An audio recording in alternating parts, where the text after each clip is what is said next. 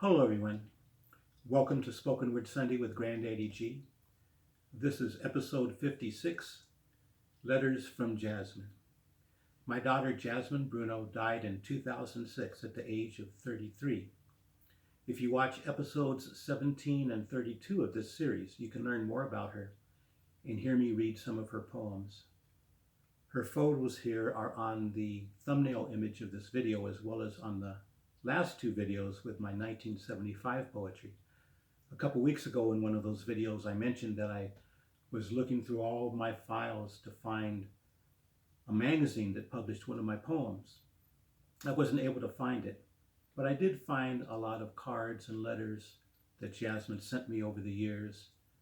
She would make me homemade Father's Day cards, birthday cards, Christmas cards, every holiday.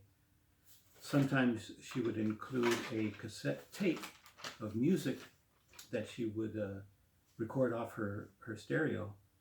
And she would always have a theme that the songs were connected with, similar to the way I produce these videos with a theme.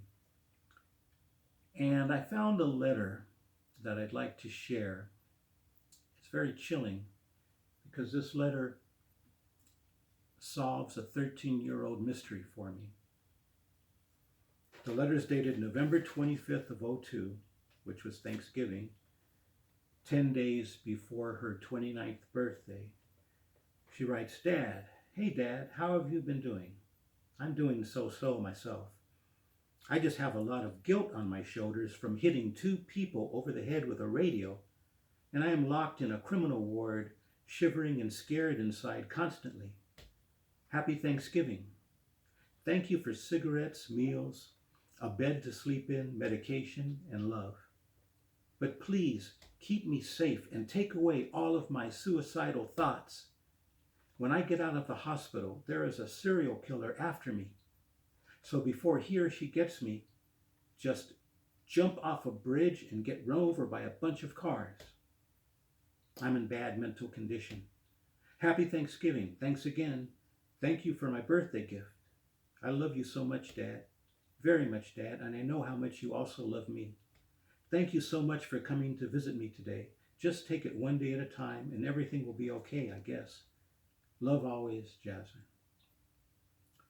Yes, love always, Jasmine.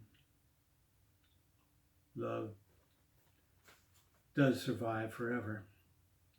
And the chilling thing about this letter is that when she writes here, just jump off a bridge and get run over by a bunch of cars, those are the exact words that the coroner told me 3.5 years later when they found her body and identified her body at the bottom of the 9th Street Bridge of the 110 freeway downtown LA. And I never knew what happened. The coroner said she thought she jumped off the bridge and was hit by multiple cars. But I never know if maybe someone pushed her or she jumped. But reading this, now I know. And September is Suicide Prevention Month. And I believe I found this letter because she wanted me to, first of all, understand what happened to her and solve that mystery. But more importantly, to let me and everyone know whatever negative thoughts that we may have. If I think I'm a failure or that bad karma from my past mistakes is after me, or if I don't have what it takes, or if we always imagine the worst case scenarios for ourselves, whatever fears that haunt us, we have to remember none of it is real. It's all imaginary, just like the serial killer that chased Jasmine off the bridge. All we have to do is wake up to that reality. I read a Buddhist teaching that says we spend the majority of our time inside our heads. Make sure it's always a safe place to be. I also read that the sun shines equally on all of us.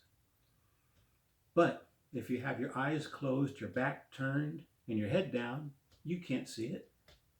All you have to do is turn around and look up. If your eyes are closed, simply open them. The light from a single match will light up an entire room, and the flame from one candle can light up 1,000,000 candles.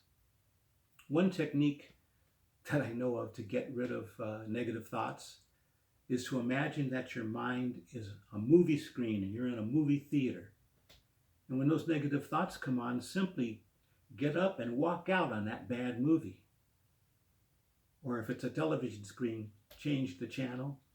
Or if it's a computer screen, click off.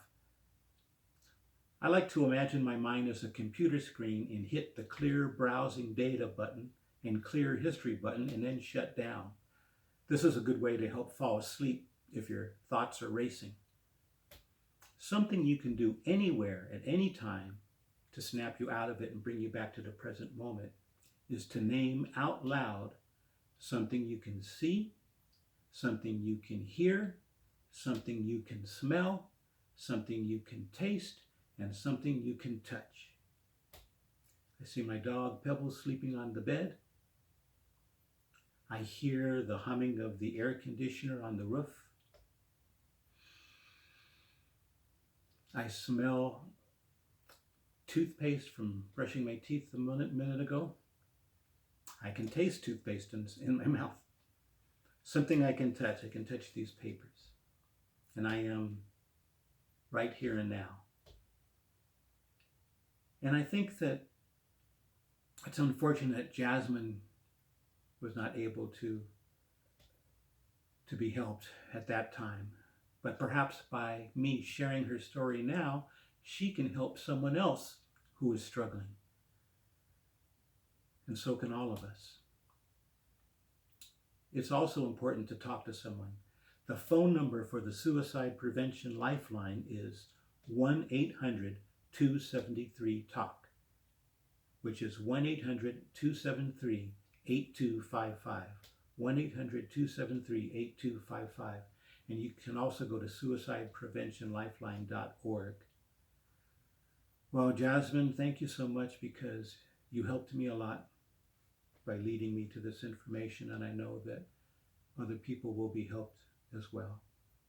Thank you, everyone, for allowing me to share this with you.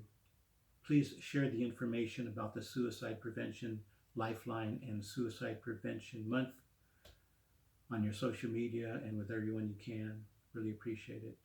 Have a great week. I'll see you next Sunday.